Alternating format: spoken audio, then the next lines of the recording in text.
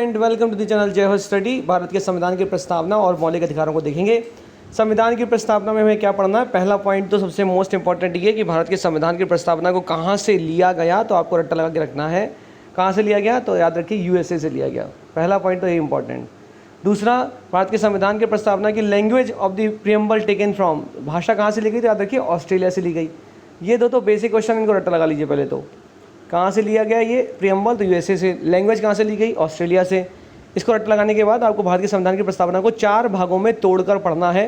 कौन से 4 भाग में तोड़ के पढ़ना है? पहला आपको पढ़ना है सोर्स ऑफ अथॉरिटी, शक्ति के स्रोत कौन है? सोर्स ऑफ अथॉरिटी, शक्ति के स्रोत कौन है? दूसरा, भारत की प्रकृति कैसी है? Nature of the state. तीसरा, ऑब्जेक्टिव ऑफ द कॉन्स्टिट्यूशन, संविधान का उद्देश्य क्या है? और चौथा, एडॉप्शन ऑफ द कॉन्स्टिट्यूशन, संविधान को कब अधिग्रहित या अधिनियमित किया गया। इन 4 भागों में तोड़कर आपको संविधान की प्रस्तावना को पढ़ना है। पहला मैंने क्या बोला? शक्ति के स्रोत। तो संविधान की प्रस्तावना क्या बताती है? शक्ति के स्रोत कौन है? देखिए, संविधान की प्रस्तावना की शुरुआत होती है हम भारत के लोग, यही हैं शक्ति के स्रोत। ठीक है, याद रखिए संविधान की प्रस्तावना में लिखा है कि हम भारत के लोग, ये शक्ति के स्रोत हैं। कौन? हम भारत के लोग, क्योंकि हम ही लोग सब कुछ कर रहे हैं। प्रेसिडेंट हम चुन रहे हैं इनडायरेक्ट, अप्रत्यक्ष रूप से। प्रधानमंत्री हम चुन रहे हैं।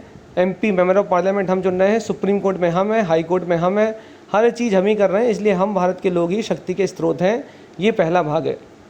संविधान की प्रस्तावना का दूसरा भाग कहता है राज्य की प्रकृति, भारत राज्य की प्रकृति कैसी है। राज्य का मतलब, जब भी मैं इंटरनेशनल रिलेशनशिप की बात करता हूँ या फिर पॉलिटी में जब मैं राज्य बोला, मतलब देश की बात कर रहा हूँ, तो भारत राज्य की प्रकृति कैसी है? भारत राज्य की प्रकृति कैसी है? भारत राज्य एक संपूर्ण संप्रभुत्व संपन्न, मतलब सॉवरेन है। इसके बाद समाजवादी है, पंथ निरपेक्ष है, लोकतांत्रिक है और गणराज्य है। इसका मतलब 5 तरह के राज्य की प्रकृति है हमारे भारत देश में। राज्य की प्रकृति 5 तरह की दी हुई है। कौन सी? पहली सॉवरेन, दूसरी समाजवादी, तीसरी पंथ निरपेक्ष, चौथी लोकतांत्रिक और 5वीं गणराज्य। या फिर इंग्लिश में बोलूँ तो सबसे पहले लिखा है सॉवरेन, उसके बाद लिखा है सोशल, उसके बाद सेकुलर, उसके बाद डेमोक्रेटिक और उसके बाद रिपब्लिक, यही लिखा हुआ है। ये सीक्वेंस बहुत पूछा जाता है कि भारत के राज्य की प्रकृति का सीक्वेंस प्रस्तावना में किस प्रकार लिखा हुआ है, तो आपको बताना है। सीक्वेंस है सो से डर, सो के डर रहे हैं। सो से डर का मतलब सो से सॉवरेन संप्रभुत्व, सो से सोशलिस्ट समाजवादी, से सेकुलर मतलब पंथनिरपेक्ष, डी से डेमोक्रेटिक का मतलब लोकतांत्रिक, आर से रिपब्लिक का मतलब गणराज्य। यह है हमारे देश की प्रकृति। तो सीक्वेंस याद रखिए, सो से डर, ये इंपॉर्टेंट सीक्वेंस को याद रखिए। ठीक, क्या मतलब है संप्रभुत्व का? मतलब कि कोई भी हमारे देश के इंटरनल आंतरिक मामलों में इंटरफेयर नहीं कर सकता, और ना ही कोई हमारे देश के ऊपर अपनी मतलब ये नहीं हो सकता कि चीन हमारे ऊपर जब चाहे तो हमको प्रेशराइज़ कर दे कि हमारे सामान, चीन के सामान को तो भारत में बेचना ही पड़ेगा। ये ऐसा चीन नहीं कह सकता, क्योंकि भारत एक संप्रभुत्व राज्य है। अमेरिका नहीं कह सकता कि आप कश्मीर को पाकिस्तान को दे दीजिए, क्योंकि भारत एक संप्रभुत्व राज्य है। हमारा अपने ऊपर, हमारा प्रभुत्व हमारा है, खुद का है, और कोई हमारे ऊपर लीड नहीं कर सकता, कोई हमारे ऊपर अपनी नेतानगरी नहीं चला सकता, कोई अन्य देश। ठीक, पहला पॉइंट। समाजवादी का मतलब है सिंपल। समाजवादी का मतलब तो हम समाजवादी का सीधा सा मतलब होता है means of production and source of income produced by the government. अगर सरकार के द्वारा समाजवादी, हमारा समाजवाद कैसा है? हमारा समाजवाद लोकतांत्रिक समाजवाद है। डेमोक्रेटिक सोशलिज्म का फॉलो करते हैं हम। का मतलब हमारे यहाँ सिर्फ और सिर्फ पब्लिक कंपनियाँ ही नहीं हैं, हमारे यहाँ प्राइवेट कंपनीज भी वर्क करती हैं। या मैं सिंपल शब्दों में बोलूँ तो भारत एक मिक्स्ड इकोनॉमी है, एक मिश्रित अर्थव्यवस्था की बात करता है। तो भारत समाजवाद तो है ही, मतलब source of income and means of production will be regulated by government. सरकार ही इसको रेगुलेट करती है, मीन्स ऑफ प्रोडक्शन को और सोर्स ऑफ इनकम को। लेकिन भारत में प्राइवेट कंपनीज़ को भी कार्य करने की आज़ादी है, वो कार्य कर सकती हैं। तो समाजवादी तो हम बहुत ज़्यादा हैं। पंथ निरपेक्ष मतलब क्या है? पंथ निरपेक्ष मतलब होता है कि भारत का कोई भी धर्म नहीं है। There is no religion of India. Secularism का मतलब है there is no religion of India, भारत का कोई भी धर्म नहीं है। याद रखिएगा इस क्वेश्चन को। सर्वधर्म संभाव की बातें तो हम करते हैं, लेकिन सरकार का धर्म से कोई संबंध नहीं है। याद रख लीजिए, भारत का कोई भी धर्म नहीं है, ये मतलब है पंथ निरपेक्ष का। लोकतंत्रात्मक का मतलब होता है कि हमारे यहाँ लोगों का तंत्र है, लोगों के द्वारा हर चीज़ हो रही है। तो हमारे यहाँ कैसा है? हमारे यहाँ पार्लियामेंट्री सिस्टम है, संसदीय सरकार। हमारे यहाँ हर चीज़ संसद के द्वारा हो रही जनरली। तो हमारे यहाँ क्या है? तो याद रखिए कि हमारी जो लोकतंत्र है लोगों के द्वारा चला जाता है, लोगों के लिए चला जा रहा है, लोगों से चला जा रहा है। तो लोकतंत्र तो आपको समझ में सीधा सीधा आ रहा होगा। हम चुनकर भेज रहे हैं राष्ट्रपति को अप्रत्यक्ष रूप से, हम मेंबर ऑफ पार्लियामेंट को प्रत्यक्ष रूप से चुनकर भेज रहे हैं। हम हर चीज़ हम क्या कर रहे हैं, हम चुनकर ही भेज रहे हैं। इलेक्शन होता है, फर्स्ट पास दी पोस्ट सिस्टम का फॉलो किया जाता है, खम्बा छुआ प्रतियोगिता होती है और उसमें जो जीतता है वो जाके संसद में या फिर विधानसभा में या फिर विधान परिषद में बैठता है। गणराज्य का मतलब क्या है? रिपब्लिक का मतलब होता है the head of the state will be elected directly और इनडायरेक्टली। अगर किसी राज्य का मुखिया, हमारे देश का मुखिया कौन है? राष्ट्रपति है। उसका चुनाव प्रत्यक्ष अथवा अप्रत्यक्ष रूप से होता है तो उसे गणराज्य कहा जाता है। हम वंशवाद को फॉलो नहीं करते। ऐसा नहीं कि राजा मोदी जी का कोई लड़का होता तो वो भी अगला प्रधानमंत्री होता है, ऐसा थोड़ी ना हो रहा है। हम ब्रिटेन के रूल को फॉलो नहीं कर रहे हैं। हम गणराज्य का मतलब हमारे राज्य का मुखिया, हमारे देश के मुखिया का चुनाव प्रत्यक्ष अथवा अप्रत्यक्ष रूप से होता है। यही मीनिंग है साफ साफ गणराज्य का। अगर आपसे पूछे what do you understand by Republic, गणराज्य से आप क्या समझते हैं, तो उसमें एक ऑप्शन लिखा होगा उस राज्य के मुखिया का चुनाव प्रत्यक्ष अथवा अप्रत्यक्ष रूप से किया जाता होगा। यही सही है, ठीक। तो ये है नेचर ऑफ द स्टेट। राज्य की प्रकृति 5 प्रकार की है। कौन सी? पहला संप्रभुत्व सॉवरेन, दूसरा सोशलिस्ट समाजवादी, तीसरा सेकुलर मतलब पंथनिरपेक्ष, चौथा डेमोक्रेटिक का मतलब लोकतंत्रात्मक और पांचवा रिपब्लिक का मतलब गणराज्य। यह है प्रकृति लिखी हुई है, ठीक। आगे देखते हैं। मैंने आपको बताया तीसरा घटक है इसका ऑब्जेक्टिव ऑफ द कॉन्स्टिट्यूशन। संविधान का उद्देश्य क्या है? तो भारत के संविधान का उद्देश्य क्या है? भारत के संविधान का उद्देश्य है क्या प्रोवाइड कराना? न्याय प्रोवाइड कराना, जस्टिस। और क्या प्रोवाइड कराना? स्वतंत्रता, लिबर्टी प्रोवाइड कराना। और क्या है? समता, इक्वलिटी प्रोवाइड कराना। और क्या है? बंधुत्ता दिख रही है आपको, अखंडता दिख रही होगी आपको, अखंडता। तो याद रखिए भारत के संविधान का क्या है, उद्देश्य क्या है? जलेफी, जलेफी। जलेफी का मतलब जलेबी खाते हैं ना हम लोग, तो जलेबी से जलेफी, एफ बी की जगह बी कर दो, बी की जगह एफ कर दो, तो जलेबी में जलेफी कर लो। जलेफी का मतलब जस्टिस प्रोवाइड, जे से जस्टिस, एल से लिबर्टी, ई से इक्वलिटी, एफ से फ्रेटर्निटी, आई से इक्वलिटी, इंटीग्रिटी। ये हमारा संविधान का उद्देश्य है, न्याय प्रोवाइड कराना। न्याय कैसा प्रोवाइड कराना? न्याय हमारा संविधान 3 तरह के प्रोवाइड कराने की बात करता है। क्या 3 तरह का न्याय है? सामाजिक, आर्थिक और राजनीतिक। इसका मतलब संविधान में कितने प्रकार के न्याय की बात की गई है? 3 तरह के न्याय की बात की गई, ठीक। लिबर्टी की बात कितने तरह की गई? स्वतंत्रता की बात कितने तरह की गई है? तो पहला विचार, दूसरा अभिव्यक्ति, तीसरा विश्वास, चौथा धर्म और उपासना। इसका मतलब स्वतंत्रता की 5 तरह की स्वतंत्रता की बात की गई संविधान की प्रस्तावना में। और समता की कितने तरह की बात की गई? समता में प्रतिष्ठा और अवसर की समानता की बात की गई है। तो प्रतिष्ठा और अवसर, इसका मतलब समता, 2 तरह की समता की बात की गई संविधान की प्रस्तावना में। अगर आपसे क्वेश्चन पूछ ले संविधान की प्रस्तावना में कितने प्रकार के न्याय की बात की गई, तो आप कहेंगे 3 प्रकार की। कौन से न्याय की बात की गई? सामाजिक, आर्थिक और राजनीतिक। धार्मिक न्याय की बात नहीं की गई, ठीक। कितने प्रकार की स्वतंत्रता की बात की गई? 5 प्रकार के स्वतंत्रता की बात की गई। कौन से 5 प्रकार की?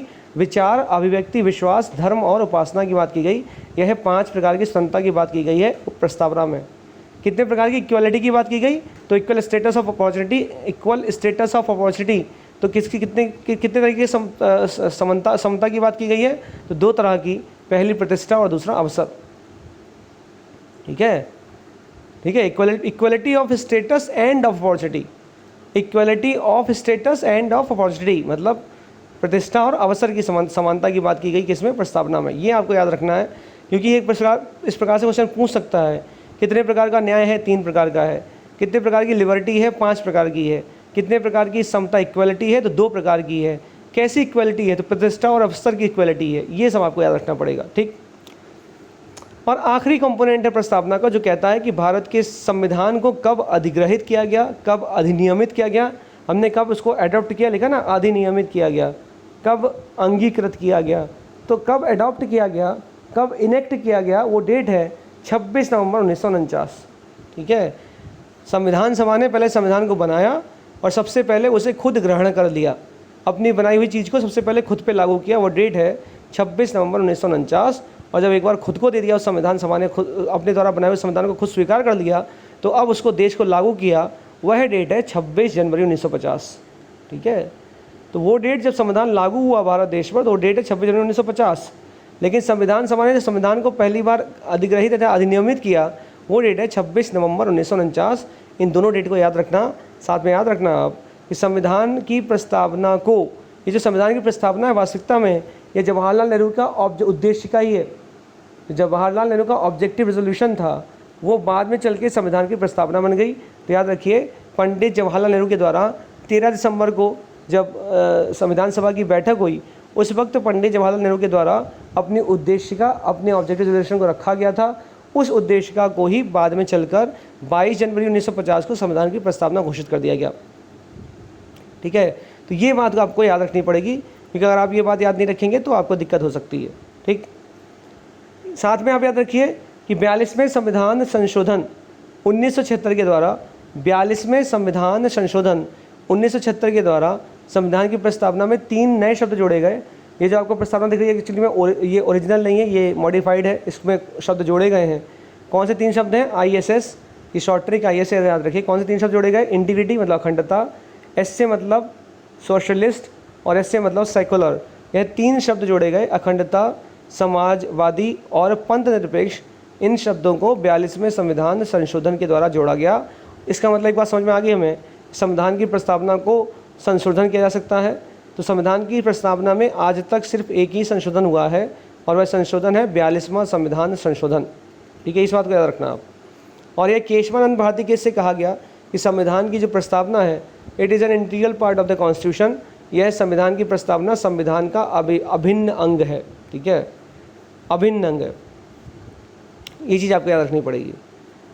इसमें संशोधन हो सकता है, संशोधन होने के लिए कोई मनाही नहीं, संशोधन हो सकता है, बस शर्त ये है कि वह संशोधन बेसिक स्ट्रक्चर को नहीं, मतलब मूलगत ढांचे में जो मूल ढांचा सिद्धांत है उसको नहीं तोड़ना चाहिए। अगर उस संशोधन ने ऐसा कुछ किया तो दिक्कत हो सकती है, सुप्रीम कोर्ट इसे जुडिशियल रिव्यू कर सकती है। ठीक है, तो हम लोगों ने प्रस्तावना के बारे में जितने भी इम्पोर्टेंट पॉइंट थे वो सारे के सारे पॉइंट हम लोगों ने कवर कर लिए कि पहली बार संशोधित 42वें संविधान संशोधन से हुई, कितने प्रकार के न्याय की बात की गई, कितनी प्रकार की स्वतंत्रता की बात की गई, कितने प्रकार की समता की बात की गई, क्या क्या नेचर ऑफ द स्टेट है, कौन से कंपोनेंट, सब तो हमने सारे संविधान की प्रस्तावना से देख लिए हैं। इससे ज़्यादा आपसे नहीं पूछा जाएगा संविधान की प्रस्तावना में, ये प्रस्तावना खत्म हो गई। ठीक, अगला है आपका टॉपिक मौलिक अधिकार। मौलिक अधिकार में क्या दिखना है आपको? देखिए, मौलिक अधिकार मैंने आपको बताए थे कि मूल संविधान में 7 प्रकार के मौलिक अधिकार दिए गए, लेकिन जब मॉडिफिकेशन हुआ तो 6 मौलिक अधिकार हैं आपके पास।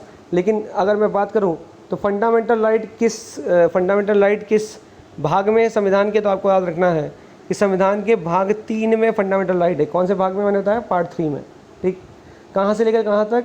आर्टिकल 12 से लेकर 35 तक।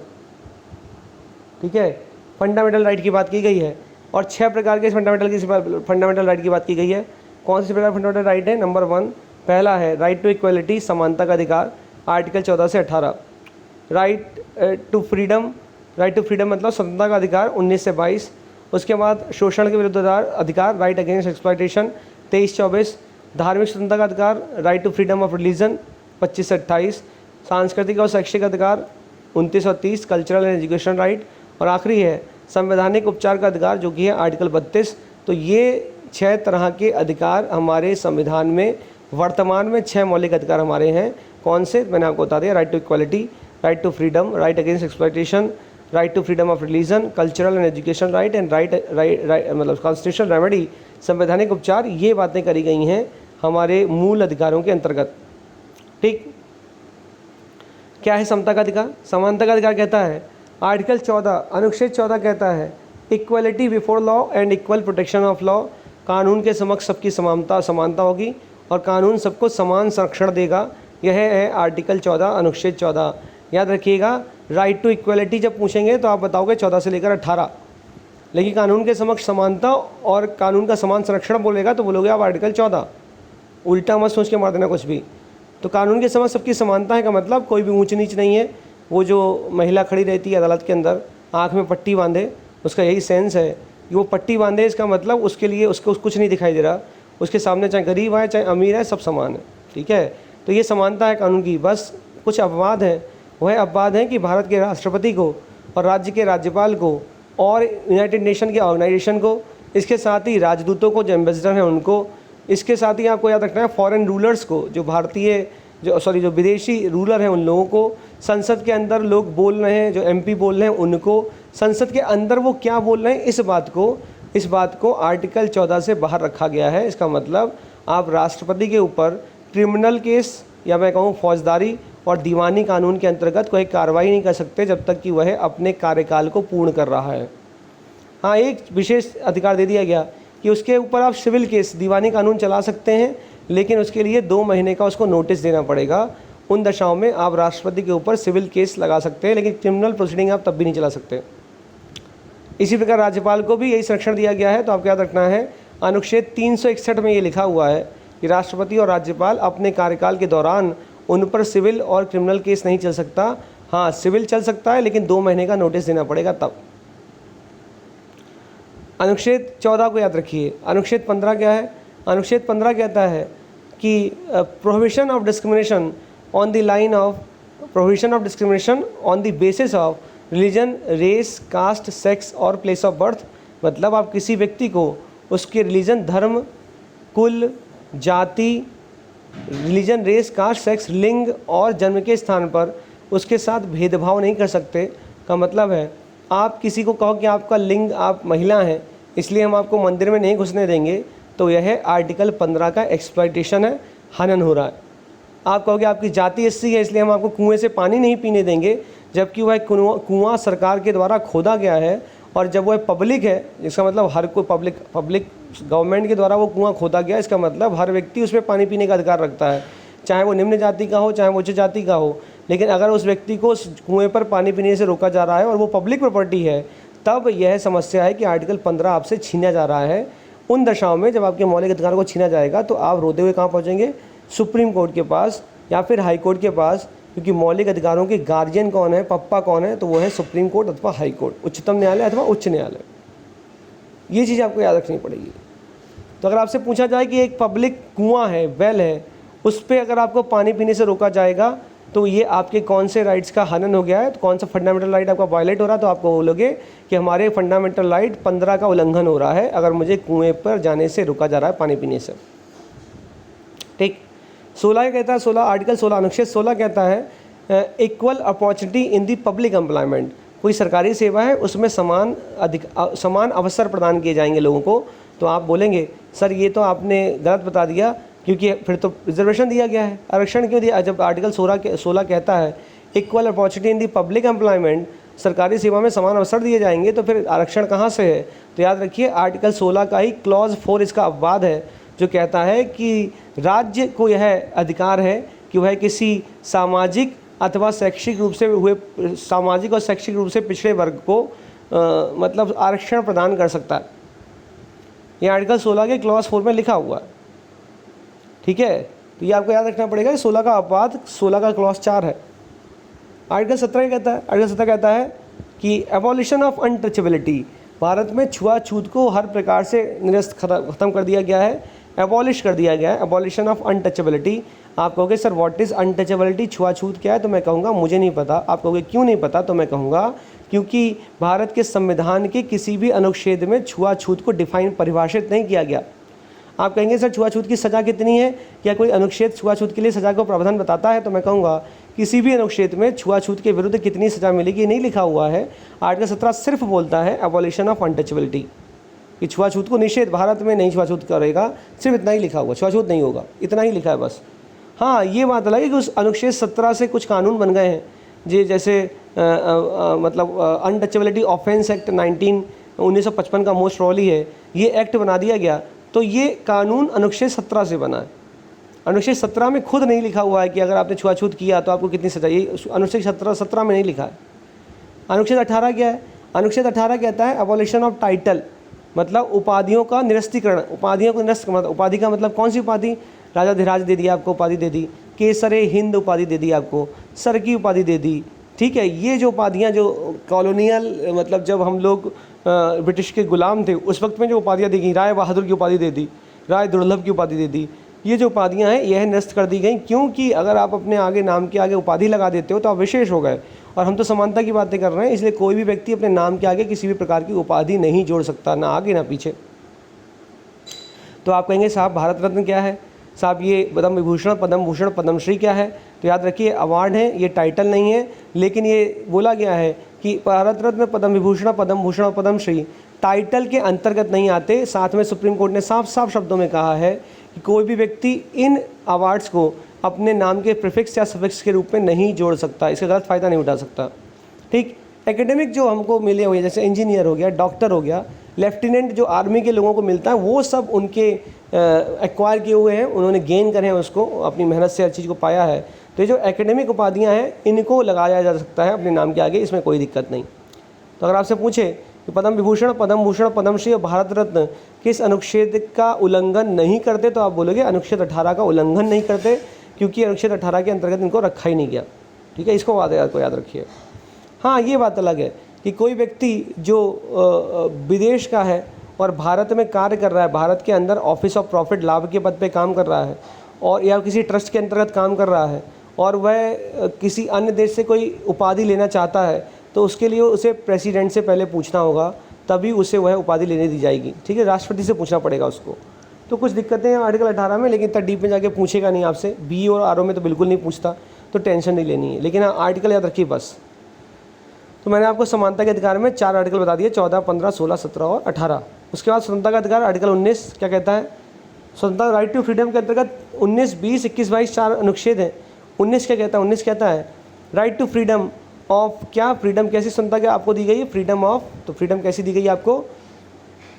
पहला सैम रिसाइट्स मतलब पहले आपको फ्रीडम दी गई है स्पीच की फ्रीडम, बोल सकते हो, आपकी अभिव्यक्ति की स्वतंत्रता है, आपके बोलने की स्वतंत्रता है, आपको असेंबली संगठित होने की स्वतंत्रता है, आपको एसोसिएशन बनाने की स्वतंत्रता है, आपको मूवमेंट घूमने फिरने की स्वतंत्रता है, आपको रेजिडेंस मतलब कहीं पर भी अपना घर बनाने की स्वतंत्रता है, प्रोफेशन आपको व्यवसाय करने की स्वतंत्रता है।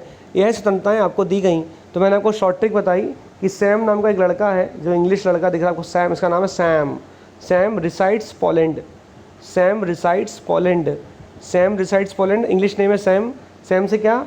स्पीच बोलने की स्वतंत्रता, असेंबली की स्वतंत्रता, एसोसिएशन, मूवमेंट, रिसाइड्स का मतलब रेजिडेंस की, और पोलैंड का मतलब प्रोफेशन की स्वतंत्रता का मतलब कि आप चाहें तो आप भारत में किसी भी स्थान पर रह सकते हैं। अब तो जम्मू कश्मीर भी अपवाद नहीं बचा।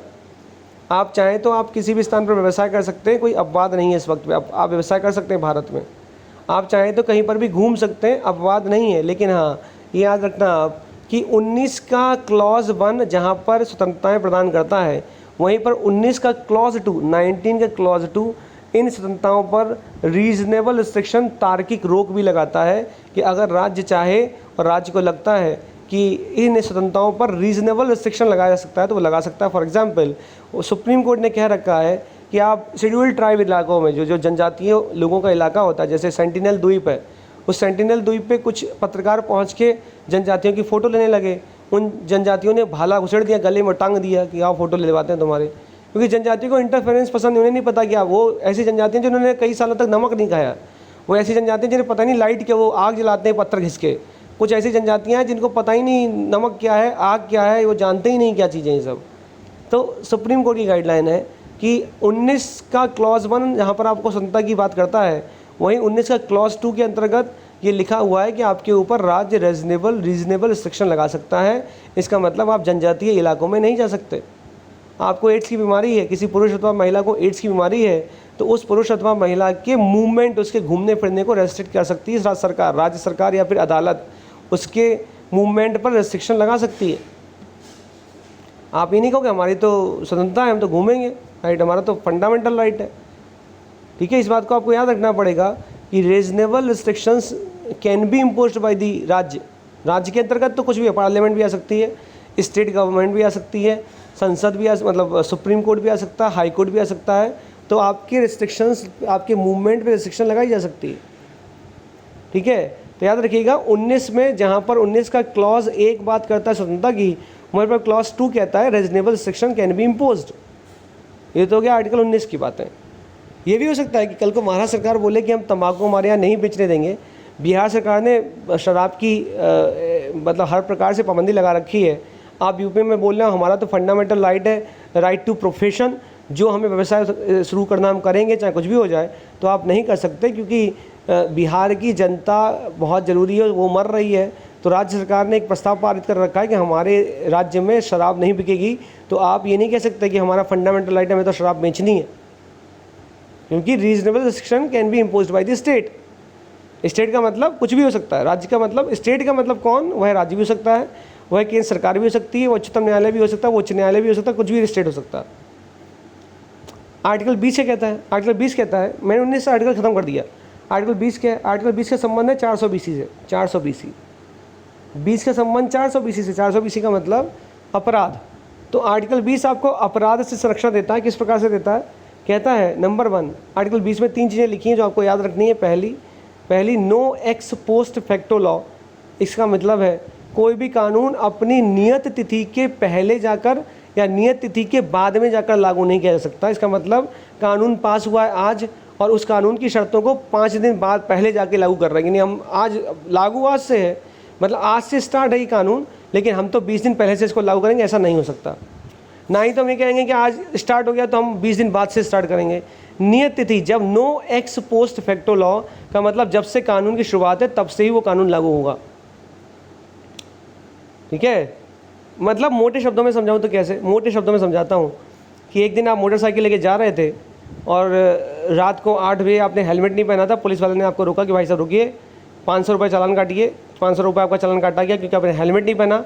आप घर पे एंट्री मारे ही थे कि 12 बजे आपने एंट्री मारी घर पे और 1 बजे न्यूज़ आई, ब्रेकिंग न्यूज़, अब हेलमेट नहीं पहनने पर 100 रुपये जुर्माना लगेगा। तो आप क्या करोगे? आप ये थोड़ी ना करोगे अब मैं बैग रात को उठूँगा और गाड़ी उठा के उस पुलिस वाले के पास पहुँच के जाके कहूँगा भाई साहब आपने 500 रुपये लिए थे, 100 रुपये हो गया, आज से 400 रुपये वापस करो। ये थोड़ी ना कहोगे। No ex post facto law. ठीक है, जो कानून जिस डेट से लागू है उसी डेट से लागू होगा, ये no ex post facto law. दूसरा है नो डबल जियोपार्डी। किसी भी अपराध की आपको एक से अधिक बार सज़ा नहीं मिल सकती। मोटे शब्दों में बोलूँ तो मुझे फांसी से दी गई, मेरे को फांसी में टांगा भी गया, लेकिन मैं बच गया बाय डिफ़ॉल्ट, मेरे को भगवान ने बचा दिया। तो अब अदालत मुझे फिर से सजा नहीं सकेगी, बेटा फिर से इनको, वो नेचुरल, जब वो प्रकृति ने मेरे साथ न्याय कर दिया, मैं बच गया, टंगा नहीं, मरा नहीं। मैं मोटा एग्जाम्पल दे रहा हूँ, इसको दिमाग मत लगाना कि सर हमने रस्सी पकड़ ली हम तो टंगेंगे नहीं। सर इसका मतलब अगर फांसी लगे और कोई रस्सी पकड़ के लटक जाए तो वो तो बच जाएगा। ये सब बातें मत करना, मैं तो मोटा शब्द में एग्जाम्पल बता रहा हूँ आपको। तीसरा है नो सेल्फ इंक्रिमिनेशन। किसी को अपने खिलाफ सबूत देने के लिए बाध्य नहीं किया जा सकता। इसका मतलब हो सकता है कि मैं कल को अपने घर में किसी का खून कर दूं और ना भी करूं, हो सकता है मैं पागल हूं और मैं थाने जाके चिल्ला रहा हूं कि मैं तो कातिल हूं, मैं अपने परिवार वालों को मार के आ रहा हूं। तो पुलिस भले ही मुझको कटघरे में खड़ा कर दे, लेकिन कटघरे में खड़े होने के बाद भी कोर्ट कहेगा सबूत का है। सबूत क्या है बताइए? एविडेंसेस दो। कोर्ट एविडेंस पे चलती है। और पुलिस वाला अगर कह दे कि नहीं हमको ना चाकू मिला, ना हमको लाशें मिली, हमको तो कुछ मिला ही नहीं, ये बस यही चिल्ला रहा मैंने मारा, मारा है तो इसका सबूत क्या है? कहाँ पे? फॉरेंसिक जांच कराइए, कोई सबूत, फिंगरप्रिंट मिला आपको, कुछ मिला आपको? ऐसे कैसे हो सकता है? ये पागल आदमी हो, ये ऐसे ही कह रहा हो कि मैं जानबूझ के बोल रहा मैं मार के आया हूँ। तो नो सेल्फ इंक्रिमिनेशन। आप चिल्लाते रहिए, आपकी बात को आपके सबूत के रूप में नहीं देखा जाएगा। No self incrimination. हाँ, इसका मतलब ये बिल्कुल नहीं है कि पुलिस आपका खून नहीं ले सकती। पुलिस आपका खून ले सकती है, पुलिस आपके थंब इम्प्रेशन को ले सकती है, पुलिस आपकी जांच कर सकती है। ठीक है, ये सब बातें नो सेल्फ इंक्रिमिनेशन के अंतर्गत नहीं आती। ठीक, ये तो आर्टिकल 20। आर्टिकल 21, तो मैंने आर्टिकल 20 में आपको 3 तरह की चीज़ें बता दी। कौन? Number 1 no ex post facto law, no double jeopardy, और तीसरा मैंने आपको बताया नो सेल्फ इंक्रिमिनेशन। आर्टिकल 21 क्या है? तो याद रखिए 21 साल की उम्र में क्या होता है, लड़के की मानक उम्र शादी करने की 21 साल, भारत में 21 साल की आपकी उम्र में शादी हो जाएगी और जैसे ही आपकी शादी होगी आपकी स्वतंत्रता आपसे छिन जाएगी, आपकी पर्सनल लिबर्टी आपसे छिन चुकी होगी। तो आर्टिकल 21 कहता है right to life and personal liberty. Right to life, दैहिक जीवन की स्वतंत्रता की बात जो करता है आर्टिकल 21, वो आपकी स्वतंत्रता छिन जाएगी।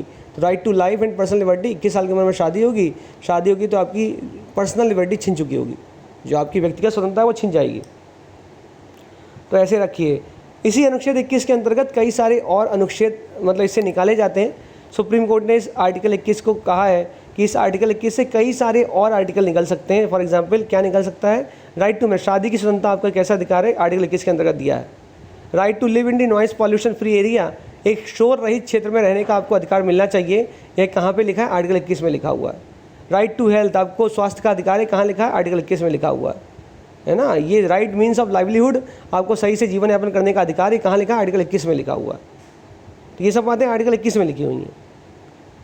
ठीक, आर्टिकल 22 क्या है? तो आर्टिकल 22 कहता है, अनुच्छेद 22 कहता है कि जब आपको गिरफ्तार किया जाएगा तो आपको कुछ संरक्षण दिए गए हैं। आपको गिरफ्तार मतलब आपको जब अरेस्ट किया जाएगा तो आपको कुछ प्रोटेक्शन दिए गए हैं, या फिर आपको डिटेन किया जाएगा, आपको नज़रबंद किया जाएगा, तो आपके पास कुछ संरक्षण है। क्या संरक्षण है? तो मैं कहूँगा कि आपके पास 3 तरह के संरक्षण है। नंबर 1, पुलिस आपको बिना किसी इन्फॉर्मेशन, मतलब अगर आपको वो पकड़ती है तो उसे आपको बताना पड़ेगा वो आपको पकड़ क्यों रही है। ये बात अलग, बताती कुछ नहीं, मार तो ले जाती है, लेकिन संविधान कहता है बताना पड़ेगा। दूसरा क्या है, दूसरा है कि 24 घंटे के अंदर उसे आपको मजिस्ट्रेट के सामने पेश करना पड़ेगा, एक्सक्लूडिंग द ट्रैवलिंग टाइम, जिस टाइम पर वो ट्रैवल कर रहे हैं मजिस्ट्रेट के पास जाने के लिए उसको घटाकर वरना 24 घंटे के अंदर जिस व्यक्ति को पकड़ा है उस व्यक्ति को पुलिस को मजिस्ट्रेट के सामने ले जाना पड़ेगा। और तीसरा पॉइंट, उस व्यक्ति को अपने मनचाहे वकील से मतलब बात करने का, उससे राय लेने का अधिकार होगा। ये आर्टिकल 22 में लिखा हुआ है, इसको याद रखिएगा। आर्टिकल 22 इसकी बात करता है आपकी गिरफ्तार होने पर क्या संरक्षण मिले, इनकी बातें करता है। तो हम लोगों ने 19 से 22 पढ़ लिया, 19 भी खत्म, 20 भी खत्म, 21 भी खत्म, 22 भी खत्म। अगला है शोषण के विरुद्ध अधिकार 23 और 24। 23 क्या है, 23 कहता है कि भारत में देह व्यापार या फिर बंधुआ मजदूरी निषेध है। भारत में किसी को भी ह्यूमन ट्रैफिकिंग, भारत में देह व्यापार नहीं हो सकता, और ना ही बंधुआ मजदूरी, किसी को आप फोर्स लेबर भारत में नहीं चलता। अनुच्छेद 24 कहता है किसी भी बच्चे को जिसकी उम्र 14 साल है या उससे कम है उसको किसी भी प्रकार के रोजगार में आप नहीं रख सकते। किसी भी प्रकार के रोजगार में, चाहे वो आपका डोमेस्टिक घरेलू कार्य क्यों ना हो, अगर कोई बच्चा है तो उसको आप 14 साल से उसकी उम्र कम है तो आप उसे किसी भी प्रकार के कार्य में नहीं लगा सकते, चाहे वो घरेलू कार्य क्यों ना हो, तब भी नहीं लगा सकते आप, अधिकार ही नहीं है आपको। आप कहेंगे ऐसा क्यों, तो मैं आपको बताना भूल गया, याद रखिएगा। अनुच्छेद 21 के बाद एक अनुच्छेद और आता है जिसे हम लोग कहते हैं 21A, 21 कैपिटल ए। 86वें संविधान संशोधन 2002 के द्वारा, 86वें संविधान संशोधन 2002 के द्वारा भारत के संविधान में मूल अधिकारों के अंतर्गत एक नया अनुच्छेद जोड़ा गया जो है 21 का ए। 21 के अंदर एक ए जोड़ दिया गया, 21A। ये 21A कहता है राइट टू एजुकेशन, शिक्षा का अधिकार है आपके पास। 6 से लेकर 14 साल तक के बच्चों को राज्य अनिवार्य शिक्षा प्रदान करेगा, ठीक है, मतलब उसको राज्य को शिक्षा देनी ही पड़ेगी 6 से लेकर 14 साल तक के बच्चों को, यह आपका मौलिक अधिकार है। शायद यही कारण है क्योंकि 6 से लेकर 14 साल तक के बच्चों को तो अनिवार्य शिक्षा देनी है राज्य को, तो 14 साल से कम उम्र के बच्चों को किसी भी प्रकार के कार्य में रोजगार नहीं दे सकते, चाहे कोई कंपनी क्यों ना हो, चाहे प्रधानमंत्री हो, चाहे राष्ट्रपति हो। 14 साल से कम उम्र के बच्चे को किसी भी प्रकार के कार्य में नहीं लगाया जाएगा, यह अनुच्छेद 24 में लिखा हुआ है। धार्मिक स्वतंत्रता का अधिकार क्या होता है, तो आपको धार्मिक स्वतंत्रता के अधिकार में कुछ भी ऐसा, कोई भी ऐसा आर्टिकल नहीं जो आपको पढ़ना है, बस आप खुद से देख लेना। आर्टिकल 27 खुद से देख लेना। आर्टिकल 27 कहता है करों से मुक्ति, मतलब धर्म के प्रचार के लिए सरकार आप पर कर नहीं लगा सकती। किसी भी विशेष धर्म के प्रचार के लिए सरकार आप पर कर नहीं लगा सकती, आपके ऊपर टैक्स नहीं लगाया जा सकता। बस आप ये अनुच्छेद 27 जरूर पढ़ लीजिएगा, बाकी 25-26 क्या है देख लीजिएगा एक बार, ज़्यादा इंपॉर्टेंट महत्वपूर्ण है नहीं, पूछे नहीं जाते। हाँ ये पूछा जाता है, अनुच्छेद 25 कहता है धार्मिक स्वतंत्रता का अधिकार है, मतलब आपको धर्म को अबाध रूप से मानने की स्वतंत्रता है, आचरण करने की स्वतंत्रता है, ठीक है, मतलब कॉन्साइंस अंतरात्मा की बात को सुनने की आपको स्वतंत्रता दे दी गई है, प्रैक्टिस करने की स्वतंत्रता आपको दी गई है, प्रोपेगेट करने की आपको स्वतंत्रता दी गई है। मतलब अगर मैं कहूँ कि एक सिख आदमी कृपाण रखता है तो यह किसके अंतर्गत रखा है, तो आपको क्या आर्टिकल 25 के अंतर्गत, क्या अनुच्छेद 25 के अंतर्गत एक सिख व्यक्ति कृपाण रखने का अधिकारी है, ऐसा लिखा हुआ है अनुच्छेद 25 के अंतर्गत। क्या कर रहा है वो आचरण कर रहा है, मतलब उसके अनुसार उसके सिख धर्म में लिखा हुआ है कि कृपाण रखना पड़ेगा, कंगन पहनना, मतलब जो कहते हैं ना, जो क्या पहनते हैं हाथ में जो होता है उसको पहनना पड़ेगा। तो ये जब वो कहता है तो आर्टिकल 25 की बातें कर रहे हैं। इसके बाद है सांस्कृतिक और शैक्षिक अधिकार, आर्टिकल 29 अनुच्छेद 29 कहता है, 29 और 30 अनुच्छेद 29 कहता है protection of interest of minorities, मतलब आपको अल्पसंख्यकों के हितों का संरक्षण करना है। तो भारत में अल्पसंख्यक की परिभाषा संविधान के किसी भी अनुच्छेद में नहीं दी गई है। इसका मतलब अगर आपसे पूछा जाए कि कौन सा अनुच्छेद अल्पसंख्यक को परिभाषित करता है तो आप कहेंगे कोई अनुच्छेद नहीं, क्योंकि भारत के संविधान में अल्पसंख्यक की परिभाषा तो दी नहीं गई। तो फिर ये कौन लिखे, आर्टिकल 29 सिर्फ इतना कहता है protection of interest of minority, अल्पसंख्यकों के हितों का संरक्षण करना है। और कैसे अल्पसंख्यक की बात की गई, तो सिर्फ 2 तरह के अल्पसंख्यकों की बात की गई है, 2 आधार दिए गए हैं अनुच्छेद 29 और 30 में। कौन से, एक तो लिंग्विस्टिक माइनॉरिटी, भाषीय आधार पर अल्पसंख्यक, और दूसरे रिलीजियस माइनॉरिटी, मतलब धार्मिक आधार पर माइनॉरिटी। सिर्फ यही 2 आधार 29 और 30 में लिखे हुए हैं। तो अगर आपसे पूछ ले कि भारत के संविधान में मौलिक अधिकार में कितने प्रकार की माइनॉरिटीज़ की बात की गई, तो 2 प्रकार, लिंग्विस्टिक और रिलीजियस, भाषीय आधार पर और धार्मिक आधार, रिलीजन के आधार पर, रिलीजियस आधार पर। अनुच्छेद 29 कहता है कि जो अल्पसंख्यक हैं उन्हें अपनी भाषा, अपनी लिपि, अपनी संस्कृति को संरक्षित करने का अधिकार है। याद रखिएगा, अनुच्छेद 29 सिर्फ अल्पसंख्यक की बात नहीं करता, अनुच्छेद 29 सभी वर्ग की बात करता है कि ना सिर्फ अल्पसंख्यकों को बल्कि जो मेजोरिटी है, जो मेजर लोग हैं, उन जो बहुत ज़्यादा अधिक मात्रा में, उनको भी अपनी लिपि, अपनी भाषा और अपनी संस्कृति को संरक्षित करने का अधिकार है। इसी के विपरीत जाके अनुच्छेद 30 क्या कहता है? अनुच्छेद 30 कहता है कि सिर्फ अल्पसंख्यकों को, अनुच्छेद 30 सिर्फ अल्पसंख्यक की बात करते हुए कह रहा है कि अल्पसंख्यकों को अपने शिक्षण संस्थानों को खोलने की और उनके प्रशासन को चलाने का अधिकार रहेगा। जो भारत में अल्पसंख्यक हैं, और मैंने आपसे बोला कि अल्पसंख्यक भारत में कौन है मैं बता नहीं सकता, उसका कारण क्या है? क्योंकि अल्पसंख्यक को परिभाषित किया ही नहीं गया संविधान में कि अल्पसंख्यक होंगे कौन। हाँ, जो अल्पसंख्यक है वो, उसका मतलब भारत में हिंदू धर्म मेजर है, मेजोरिटी हिंदू धर्म की, तो बाकी सब अल्पसंख्यक है भारत में। ठीक है, तो आर्टिकल 30 कहता है, आर्टिकल 30 क्या कहता है? आर्टिकल 30 कहता है कि किसी भी अल्पसंख्यक को अपने शैक्षिक संस्थानों को खोलने की और उनके प्रशासन को चलाने का अधिकार है। समझे? समझ गए ना? आर्टिकल 32 कहता है, आर्टिकल 32 कहता है कि संवैधानिक उपचारों का अधिकार, मतलब जब आपके ऊपर के किन्हीं भी फंडामेंटल, जो भी मौलिक अधिकार ऊपर आपके दिए हैं, जो 14 से लेकर मैंने 30 तक बात करी है, इनमें से किसी भी मौलिक अधिकार को अगर आपसे छीना जाएगा तो आप भागकर पापा के पास पहुंच सकते हो, और वो कौन है? उच्चतम न्यायालय, सुप्रीम कोर्ट ऑफ इंडिया, या फिर हाई कोर्ट, उच्च न्यायालय। अनुच्छेद 32 मैं आपको पढ़ा चुका हूँ। अनुच्छेद 32 कहता है कि कोई भी व्यक्ति, ही और she can directly go to the supreme court, अगर उसके फंडामेंटल राइट, अगर उसके मौलिक अधिकारों को छीना जा रहा है या फिर अगर उसके मौलिक अधिकारों का हनन, उल्लंघन किया जा रहा है, तो उसे डायरेक्ट सुप्रीम कोर्ट जाने का अधिकार है, उच्चतम न्यायालय जाने का अधिकार है, यह अनुच्छेद 32 कहता है।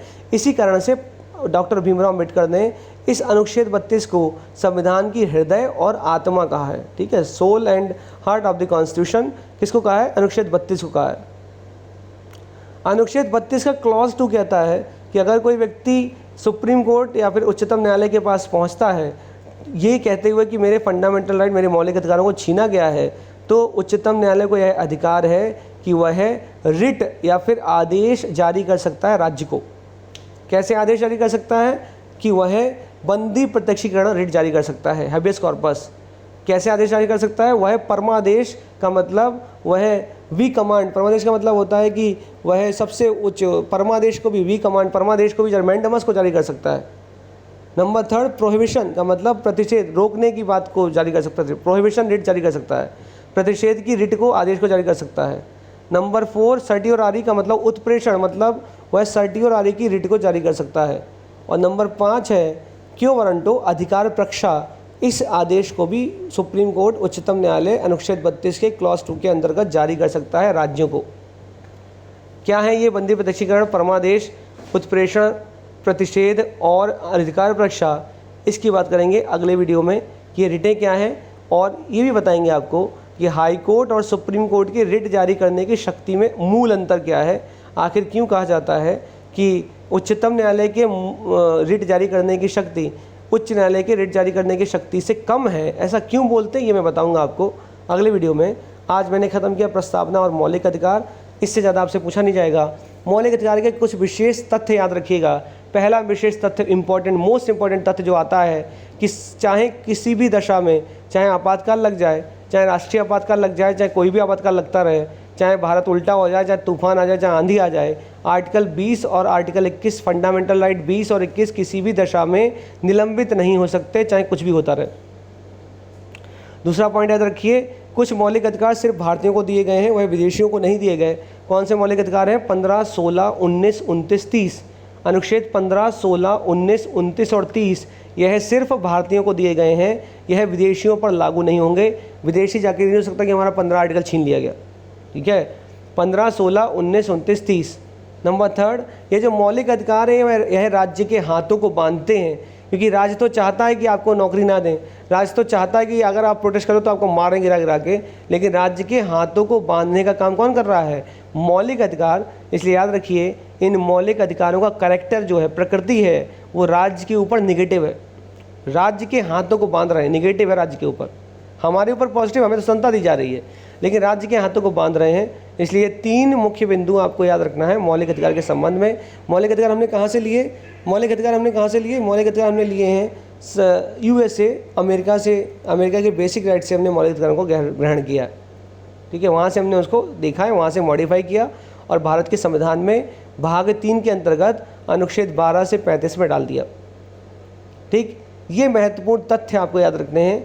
इनसे बाहर क्वेश्चन जनरली नहीं आएगा। BO और RO एग्जाम में तो बिल्कुल जितना पढ़ा दिया बहुत मोर देन सफिशिएंट चल रहा है, ज़्यादा बता रहा हूँ इवन तो मैं तो, इससे बाहर नहीं आएगा। ठीक, चैनल को सब्सक्राइब करिए, लाइक करिए। अगर आपको टेलीग्राम ग्रुप पे जुड़ना है तो डिस्क्रिप्शन बॉक्स में मैं लिंक दे रहा हूँ, उसमें जुड़ जाइए। अगर आपको मेरे साथ टेलीग्राम ग्रुप पे जुड़ना है, अगर आपको क्लासेस लेनी है, कहीं और पे वीडियो देखना है, टेलीग्राम ग्रुप पे आप जुड़ सकते हैं। वहाँ पर मैं जनरली वीडियो डाल देता हूँ, अगर देखना चाहते हैं आप देख सकते हैं। पढ़ते रहिए, चैनल को सब्सक्राइब करिए, लाइक करिए। जय हो स्टडी फेसबुक चैनल को जाके ज्वाइन करिए, आपको उससे फ़ायदा होगा बहुत ज़्यादा। टेस्ट सीरीज़ हमारे यहाँ चल रही हैं, PCS प्री के लिए, BO के लिए, RO के लिए आप ज्वाइन कर सकते हैं।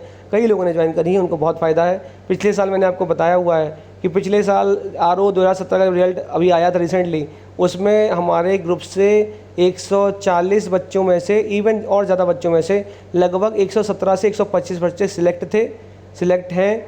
आप कहेंगे तो मैं उनका आपको नाम भी दे दूंगा, रोल नंबर भी दे दूंगा। हमारे पिछले साल के रिकॉर्ड हैं हमारे टेलीग्राम ग्रुप के। तो अगर आप टेलीग्राम ग्रुप में टेस्ट सीरीज ज्वाइन करना चाहते हैं तो ज़रूर करिए, आपको उससे फ़ायदा होगा और कुछ नहीं होगा, फ़ायदा बहुत होगा, ये तो तय है। तो अभी मैं एक और न्यूज़ देने वाला हूँ, तो मैं बात करता हूँ। अभी इतना ही। जय हिंद, जय भारत।